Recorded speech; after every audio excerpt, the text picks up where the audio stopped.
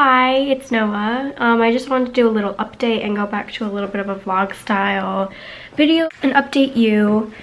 And I originally planned to film this a little earlier in the day, but my camera was acting up. I had to charge my battery.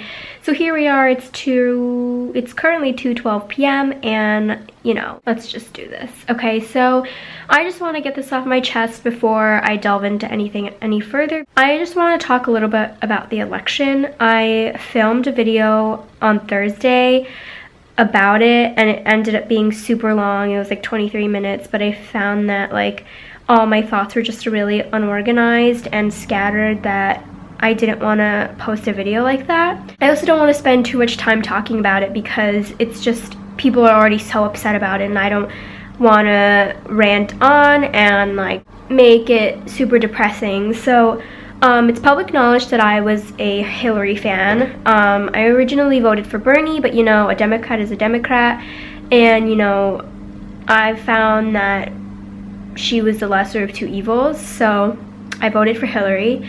And many people that I grew up around are liberals. I think that 99% of the people I know are liberals, and I went to a very liberal high school, and everyone is just so opinionated, and it was really great to be around that environment in high school. But on Facebook, so many people were making a bunch of statuses about how afraid they are for their rights, or they know people who are very afraid. A lot of people that I know are involved in the protests here. I understand why people are so worried. As a woman, as a POC, as a daughter of an immigrant, I understand. I'm with you. And I definitely was terrified when I first heard that he was the president-elect, but I can say now that I've calmed down and I'm gathering my thoughts, my emotions, and just figuring out where to go from now, because a lot of celebrities now are saying they were Hillary fans too, but they're sending out such positive messages for everyone right now. They're saying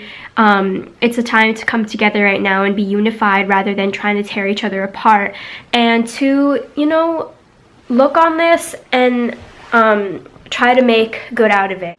Oh my god, I can't believe that this is happening right now, but there really isn't anything you can do about it. I know the Electoral College failed us, Hillary did win the popular vote, and this happened before, with Bush and Gore, which really sucks, and I get why people are so angry with the Electoral College, but the Electoral College was set in place to have the process of the people directly voting for the president removed, and people are signing petitions to get it kicked out or whatever, so we don't have to use the Electoral College anymore. But honestly, I don't think that's going to happen, so I don't find a point in signing anything like that. But I do think that people should still be voicing their opinions, and I know a lot of people are afraid for the LGBTQ rights, but our country has already come so far, and they might think that we're very in a delicate place regarding that, but we've already come so far. A lot of rights have already been signed in their favor, and I don't think that could just easily be erased. That's why we have the House and the Congress, and I know the Republicans now have the House majority, but I'm hoping that some people are still rational enough to protect the majority of the Americans' rights. And I understand that many of Trump supporters are homophobic, racists. There was this post someone made on Facebook that said that her hijab was pulled off in a Walmart and some woman told her to go fucking hang herself with it because she wouldn't be needing that shit anymore. That's really scary. And I understand that many of his supporters are people who agree with his racist comments, his homophobic comments, his comments regarding women's rights, and that are just so degrading. But there are also people who they might be saying them for their own selfish reasons, but voted for him because they believe that he would be bringing in jobs for them, that they believe that because as a businessman, as someone who isn't part of the norm, that's part of government, that he could understand what the people want. Because people are angry with Obama. I read an article from my poli-sci class. They said that they voted for Obama in 2008 with really high hopes that he would make better decisions for the middle class and like bring all these changes for them, and instead they're left here with high unemployment rates in their towns, and all they could find is jobs at Wendy. You know, their town is drying out. because they're like a coal mining town. I'll leave the article in the description box. And as much as you don't want to hear it, it really like helps to put in perspective why people decided to vote for Trump. And these people were Obama fans, you know, they were Bernie fans. Like, they voted for Bernie in the primaries, but it just didn't work out because as soon as they heard that Bernie dropped out, they thought that their better decision was to vote for Trump, which is really sad, and I think it says a lot about how our system is working right now. And they understand, like, someone even said, like, he said, Trump is probably going to get us killed, you know, he's probably going to start a World War III, but I think that he's going to bring change for our country rather than Hillary. And he understands why people hate him. Like, he's one of those people, but he thinks that as a businessman, as someone who isn't crazy involved in politics, is going to bring all this change because, like, his family needs money, you know? He needs to find a way to make a living right now that isn't, like, minimum wage working at Wendy's.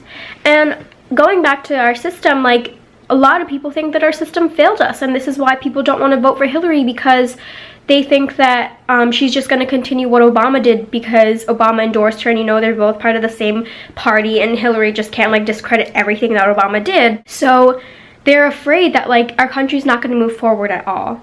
And I think that says so much about our system and how it failed us because, you know, not only people thinking that it failed us because they allowed this man to be elected as our president, but I think that it's so eye-opening that he was now elected our president because people think that, like, the people that are supposed to be representing their country and their people and their voices, like, they're not being represented. They had to find someone who wasn't even involved in politics at all, someone who makes jokes out of sexual assault and, you know, brushes it off as if it was not a big deal, as if it's not a crime, to be our president. That we had to choose someone like this to open the eyes of the people in our country and realize that we need to be making actual changes that are going to actually help the people in this country, because so many of the people are misrepresented and they just are so tired of that after Obama because they didn't think that he did that enough for them. So I think that, like, taking away from this after all the debates that I've had in school, like, after everyone's opinions that I've heard, because a lot of people said that in their small towns where they're from, their family members, some of them voted for Trump, even though, like, themselves being liberals voted for Hillary, you know? But I think that from this we can only rise above and, like, figure out a way to make real change. Like, he might not be able to do a lot in 4 years, but, you know, his fucking running mate is really scary. He's such a psycho. Like, he's so much more extreme than Trump. And his supporters are really scary. You know, the ones who are making racist comments, the one who are, like, just rubbing at everyone's face and want to whitewash this whole country, even though it's 2016. I want people to continue to let their voices be heard, no matter how big or small they think that it's going to be, to, you know, be active in the protests that are going on right now. And people could continue to say he's not my president, but, you know, we have to face the reality. And I don't mean that just to participate in the he's not my president protest, but to protest, like, what's going on in our country. And I hope that it motivates you to become more political, and not in the sense that, like, oh, you all have to be senators in order to be able to, like, protest this and, like, head off to Washington in your future. But I want you to be more involved and, like, understand what goes on in our country, like, why it happens, how it works, like, understand how the Electoral College works, why one vote really does matter. Like, your voice needs to be heard. Like, if you didn't go out and vote on Tuesday, you have no right to be complaining right now. And I know that, like, it only applies to American citizens, but really, like, if you just sat on your ass all day and been like, oh, I'm not even gonna go vote because Hillary's definitely gonna win, like, you could have fixed this too. You could have helped, like, voice your opinion by saying that you as an individual wanted Hillary Clinton to win, or whoever candidate that you wanted to vote for. And so I just want people to be more involved and understand, like, what's going on and what kind of differences you could be making, even if it's in your local community or even in your state or even wider in the whole country or even around the world. Sorry for the abrupt ending, but I hope that this inspires you even a little bit to go out there and make a change. And thumbs up this video if you agree. Let me know any of your thoughts on this election as well in the comments down below. And if you haven't already seen my previous video, go check it out here. Bye! Catch you guys next time.